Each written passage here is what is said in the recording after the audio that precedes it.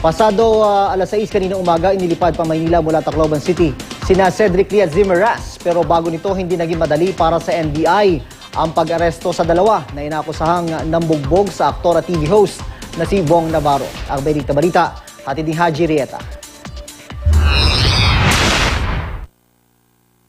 Sa bahay na ito sa Dolores Eastern Samar, nagtago mano sila Cedric Lee at si Mildred alias Zimmeras bago na aresto ng National Bureau of Investigation. Unang nakatanggap na ulat ng NBI tungkol sa dalawang dayo umano sa lugar na kahawig ni Lee.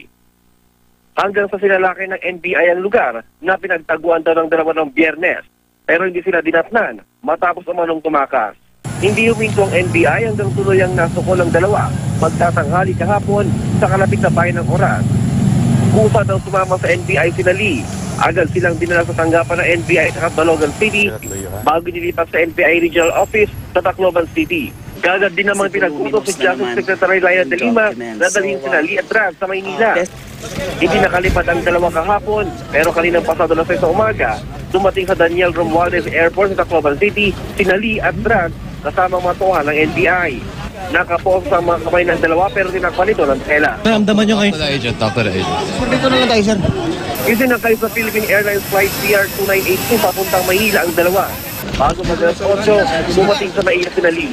Wala pang payag ang kapo nila Lee at Drag tungkol sa pagkakaresto sa kanila.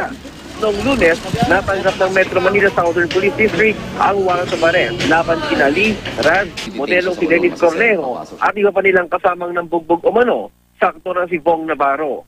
Naharap sila sa kasong serious illegal detention at grave coercion. Walang piyansa para sa naunang kaso. Maliban kina Lee at Raz, hindi pa naaresto ang ibang akusado. Nagpasalamat naman ang kampo ni Navarro sa pagkakaresto kina Lee at Raz. Haji Rieta, GMA News.